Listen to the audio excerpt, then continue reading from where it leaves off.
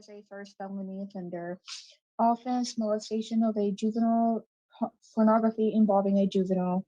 Sentencing date: July 17, 2006. Sentenced to a total of 20 years. Parole date is November 21st, 2018. Good time: not eligible. Full term: July 23rd, 2025. Is this information correct, sir? Yes. Thank you. Mr. Roche. Thank you, Ms. Teresa. How are you? Okay. How are you doing, sir? Fine. Thank you, sir. Good. Let me just get the information up. How old are you? Currently 62, sir. 62. And how long have you been incarcerated? Almost 16 years. And this is a rehearing for you, right? That's correct. And what was the reasons why you were denied last time? I think it said family opposition. Okay.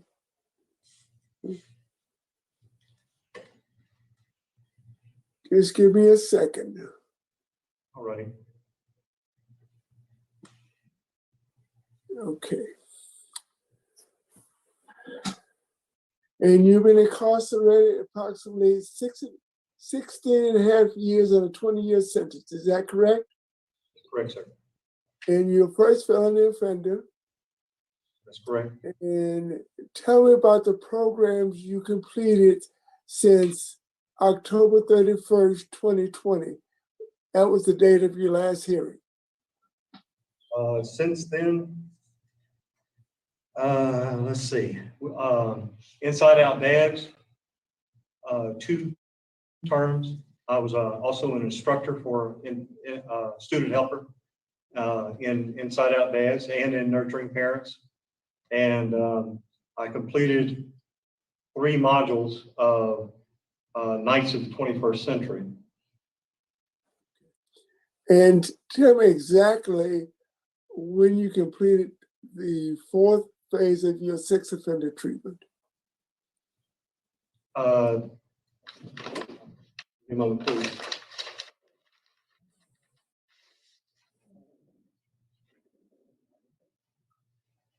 Mr. Winstead, you should know that. It's been a while, sir. It's been a while, okay.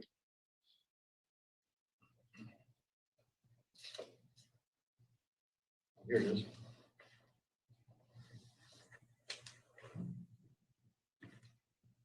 February 14th, 2008. 2008, so 13 years ago. Well, since then, sir,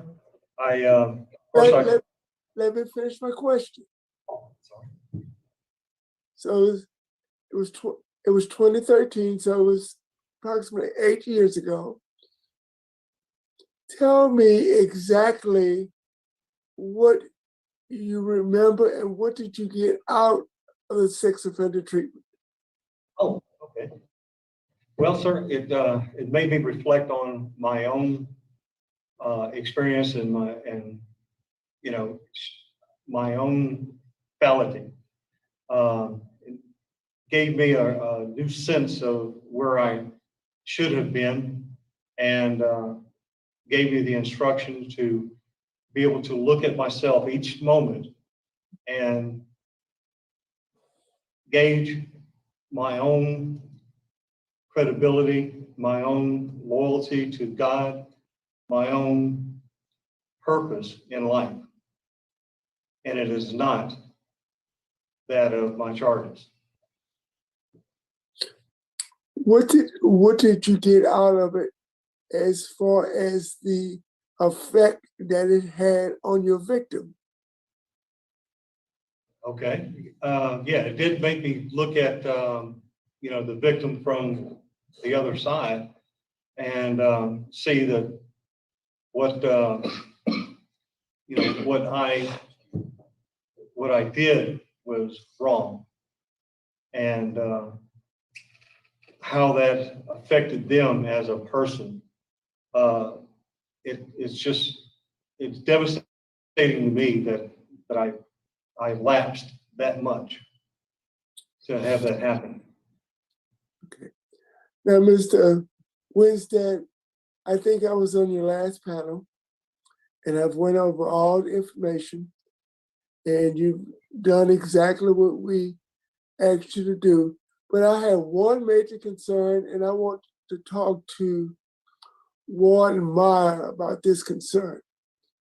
At the age of 60 years old, you had 3 Class B write-ups in 2019, 2 years ago. And I would think a 60-year-old man, whether he's incarcerated or not, has got to the point where he knows right from wrong. In 2019, you had a 17, which is destruction of state property. Warren, what was that about? It was I believe it was a JPay tablet, Mr. Roche. It's an instant with a JPay tablet. I don't have the report right in front of me. Working on them. Kind of, yeah. That's pretty much what it was. It is. Yeah, you guys work. He was working on others and moving parts around and doing something he knew better to be doing. Doing something he shouldn't have been, and that was gonna, when he came to me, it was gonna be one of my concerns. Mr. Roche was, it's been 2 years without a write-up, but as you can see, he had a pretty extensive disciplinary history when he first came to us for quite a while, and it took him a long time to really get over that. Yeah. And again, I'm happy with the last 2 years, but it's a little discouraging that it took that long. Mm-hmm. What was the 30C about? It was all part of the same incident, sir. Okay, so basically in that number 5, aggravated disobedience was pretty much about the same thing. Hold on. It's all the same. Yeah, they found a whole bunch of stuff they shouldn't have had in the coffee shop. It was yes, sir. It was all together with that one incident. He had multiple fractions with that one incident. Okay, so you can see my concern, Mr. Winstead. A gentleman of 60 years old, and you knew better, and I just, it's been 2 years ago, but after a long history of disciplinary, then you pop up and have those 3 write-ups only 2 years ago. That was my only major concern. One day, would you like to add any additional information? I'm sorry, more on mine. Well, he has participated in quite a few programs. He is a member of the Strive program, which is a good thing. The conduct history was one of my main concerns, and to be honest, and I think we talked about that when we had his pre-parole interview, and I spoke with him, was accountability for his actions, and as you mentioned, you hit it exactly right. The effects of the victim, and I don't know that seems to be hitting home quite as much as it should. So that concerns me a little, to be honest. Thank you, Warden. I appreciate it because I had the same concerns because the program was over 13, 14 years ago, and I just wanted to see if he could articulate some of the information he got from that program. Madam Chairman, that concludes my interview. Thank you, Mr. O'Shea. I don't see any other questions, and I think we have just one speaker here with us, Ms. Sarah DuPont. Ms. Sarah, could we go ahead and hear from you now? Yes, ma'am. Hi. A lot's changed in the last 16 years. My dad's become a more patient, kind, and thoughtful man. And before his incarceration, we really didn't get along very well.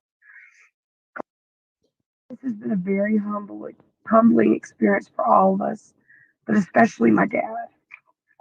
He's taught other inmates to read, play instruments about the Bible, and also how to be a better father and grandfather. I'm very proud of him. He's a completely different man than when this all began. He's made some amazing changes, all for the better. He has dozens of certificates of completion from every class that he could possibly take. I know that if he is given the opportunity, he will excel at whatever is thrown his way. He has a great job waiting for him and will once again become a productive member of society. On a more personal note, I need my daddy back. We have a wonderful relationship now, and after his incarceration, I know that closeness will only continue. He also has a 19-year-old grandson who is a freshman at Nichols, who he's very proud of, although he hasn't seen him in many of years due to prison rules and then COVID. Despite this, though, he maintains a really close relationship with him. My dad also has an elderly mother in very poor health, and my grandmother's dying wish is to see her son free. Please consider granting my dad parole. He is a kinder, gentler man who already has a job lined up, and I'm positive that he will be a productive member of society and will not reoffend again. Thank you for your time. Thank you. Well done. Mr. Dupont, is there a statement you'd like to make to us before we vote? Yes. Okay. This is a resolution. It says, I, WINSTED DuPont, do solemnly resolve before God to take full responsibility for myself, my wife, and my children. I will love them, protect them, and serve them.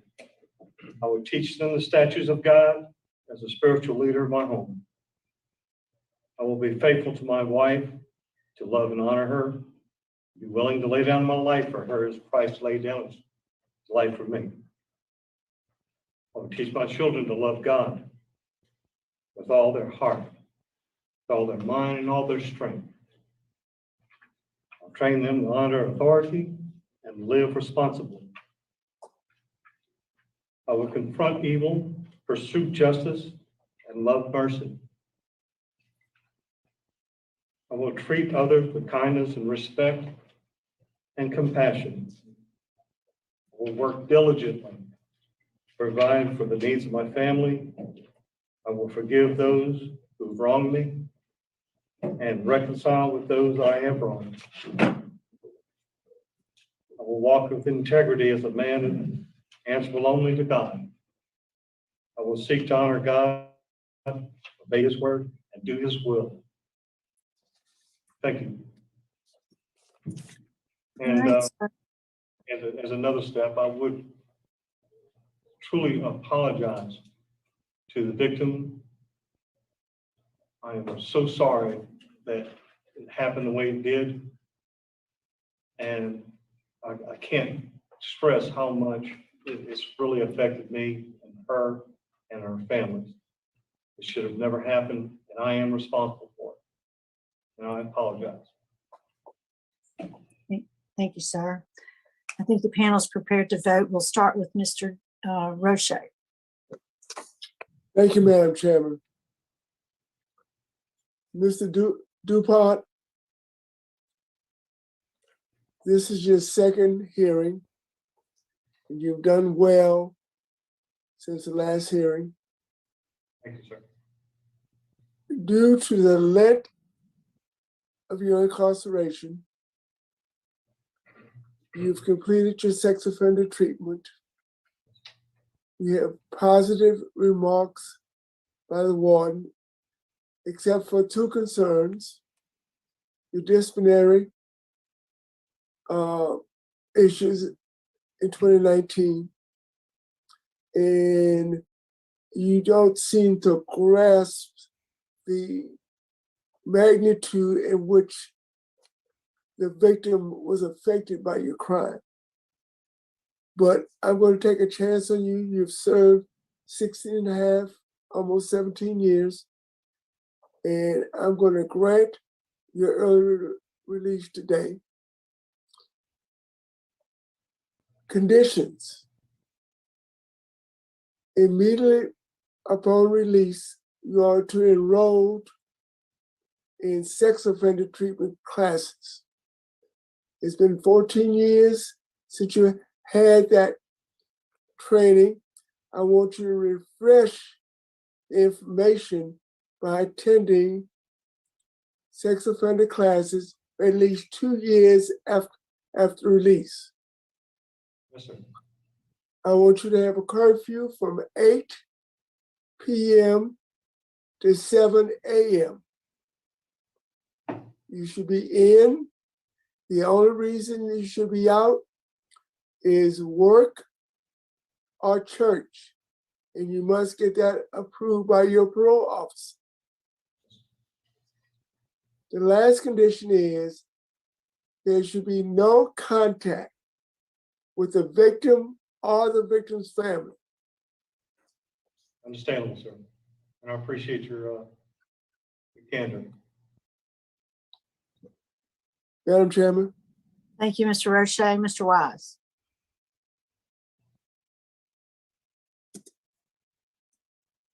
Well, I'm gonna tell you, this is kind of a hard one for me, but I'm gonna go along with Mr. Roche there. I'm gonna vote the same as Mr. Roche did on this case. Thank you. Mr. Dupont, I again am impressed with the remarks by Warden Myers, the fact that you have completed the sex offender treatment program. So my vote will also be to grant your parole with the same special conditions that Mr. Roche has explained to you. Do you understand those conditions? I do. Good luck to you, sir. Thank you. Wonderful. Thank you. Thank you so much. Thank you for participating. We appreciate it. Thank you.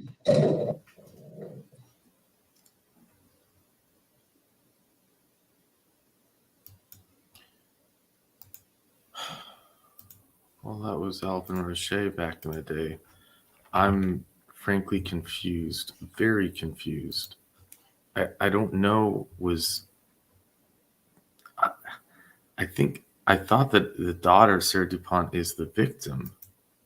And she comes out saying to let him back. And then Mr. Roche says that he needs to stay away from the victim. This entire thing is just so enraging and infuriating, as it always is, but it's only going to get worse when I read this to you.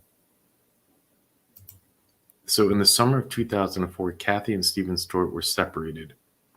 Stephen resided in Gonzales and Kathy resided in Houston with the couple's minor child, SS. During June 2004, SS returned from Houston with Stephen Stewart's sister, Laura Stewart. So SS could visit her father. Stephen lived next door to the defendant, who was Laura Stewart's ex-husband. Defendant shared his residence with his older daughter, Sarah DuPont, and her 2-year-old son. With his older daughter, Sarah DuPont. Well, that's Sarah DuPont. She's not the victim. She's just...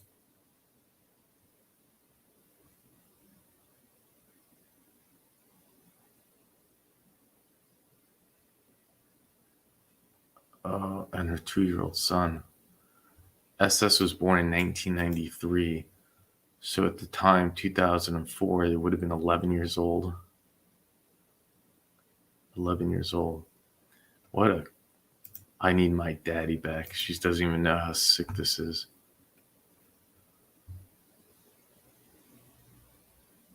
Oh, great. I just got a virus announcement. That's fun.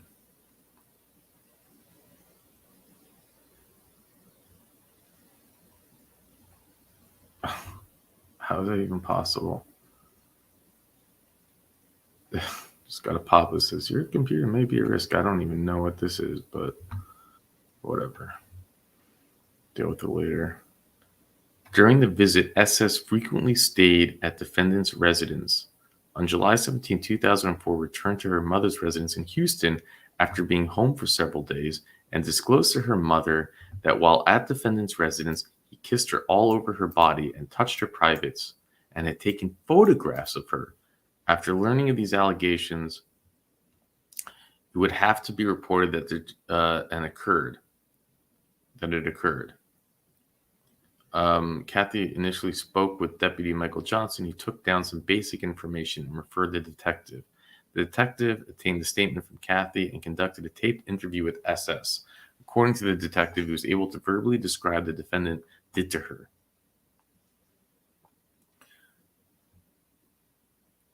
August 4th surveillance did not produce any evidence against the defendant as the detective was preparing a search warrant. Oh my God, another pop-up.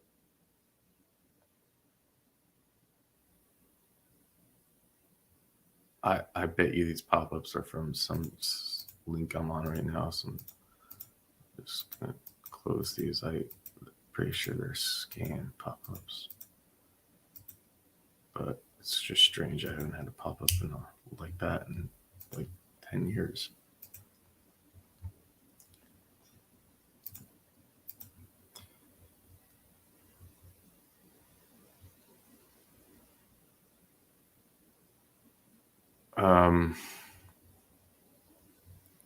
Who explained that he had been retained to represent the against the defendant. Cameron was preparing a search warrant for the defendant's residence. He received a phone call at 3:15 from an attorney who explained that he had been retained to represent the defendant.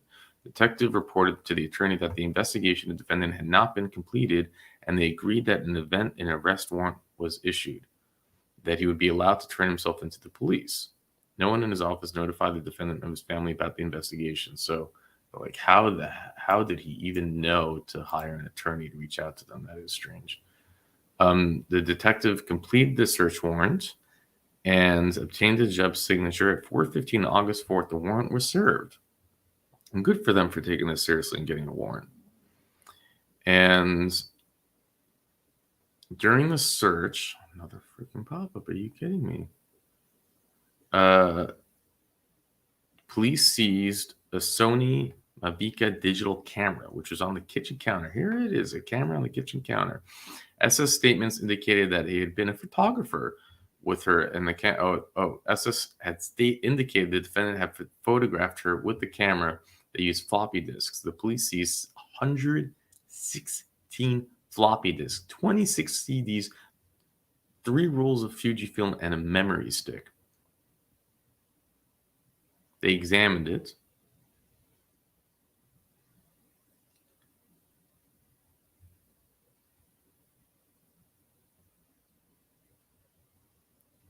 And using special software, recovered 4 previously deleted images of SS relevant to the investigation from a disk identified to the state as Exhibit 1. Another image was recovered from a different disk, would be digital evidence. Yes, he was taking pictures of her. She was 12 years old at the time of the trial. Testified that during June 17, 2000, this went to trial. She testified at trial, and all he got was 16 years. Oh no, 20 years, and he served 16.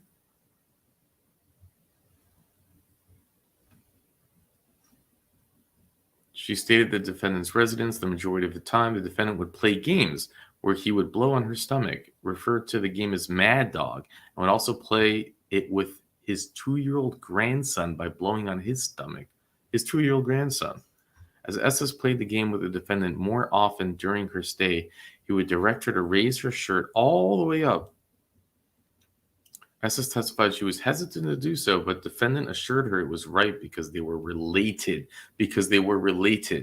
The more SS and defendant played this game, it started to change. She described how it would make her take off her clothes so he could look at her genitals.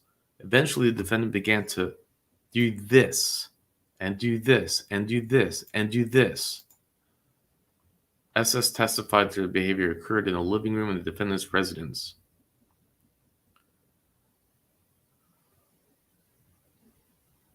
If another adult entered, they would pretend nothing had happened. They made up another game called Superstar, where she would dress up like an adult using Sarah DuPont's high heels. Yes, Sarah DuPont, the woman who said she needs her daddy back. And black dress, she would put that on. She would make her wear her clothes, and described how the defendant would go into the bathroom with her and get her to take off her clothes and act like she was applying eyeliner. She pretended to go on stage. SS testified that the defendant wanted her to act as if she was a model. The defendant also videotaped her in the bathroom, took pictures of her, undressed her, and instructed her to open her legs so he can see everything. And they took pictures. According to the SS, no other adults knew about this. The defendant's vehicle on the way to rent videos anytime he would stop sign, he would do this in the car. SS testified that she taught the defendant how to play dead man awakes, another game where the defendant would lay on the ground, close his eyes, and she would run around as he tried to tag her with his legs. She stated she didn't think the defendant liked playing the games with her because it had nothing to do with her body parts. The defendant would try to change the game, and when he caught her, he would do that to her. Disgusting.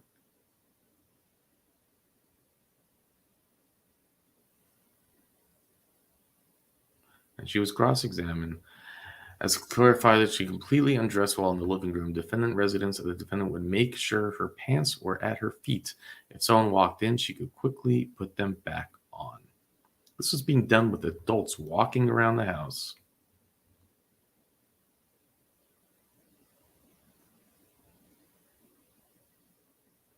Sarah DuPont testified at her father's trial.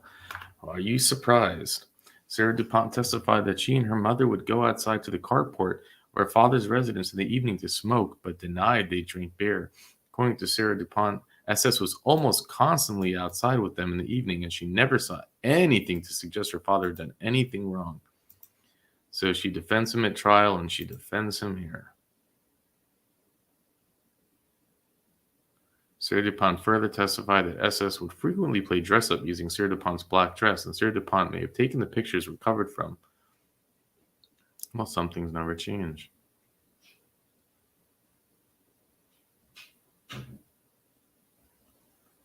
Defendant claimed a family member told him while he was at work that a warrant had been issued for him and that he was why he contacted his attorney. However, when questioned about the identity of this family member, cross-examination defendant initially answered undisclosed, as then stated wished to remain anonymous.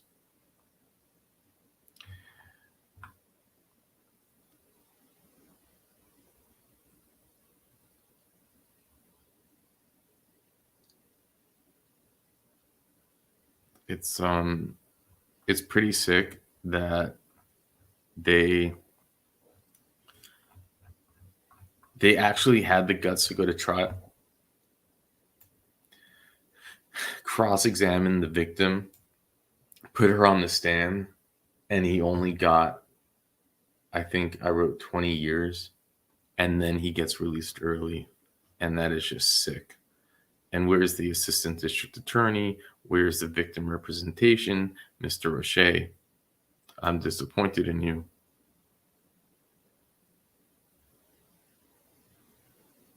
It's just unbelievable.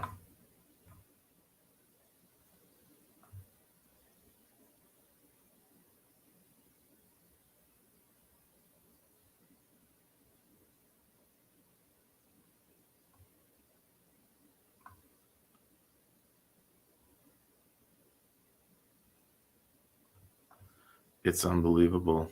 You can't make it up.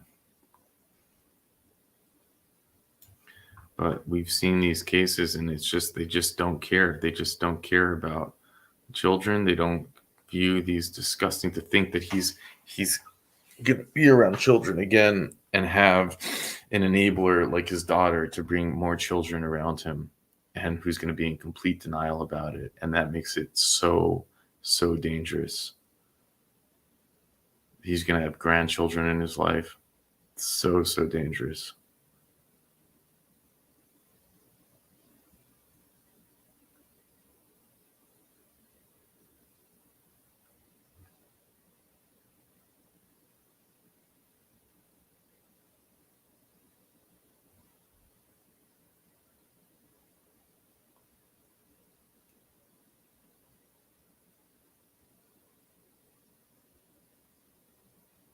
I mean, it's her father.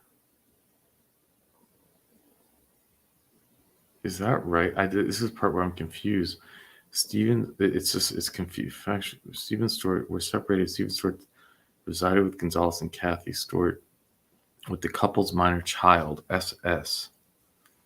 During June 2004, SS returned from Houston with Stephen Stewart's sister, Laura Stewart, so SS could visit with her father.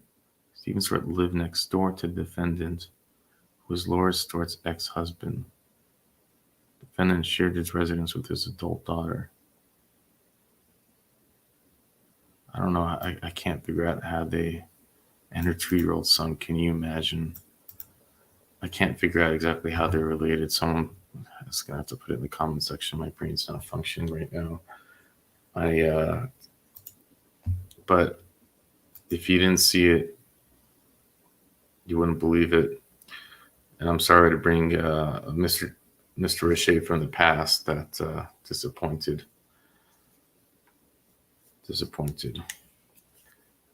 But with that, I'll let you go. And thank you, Richard, for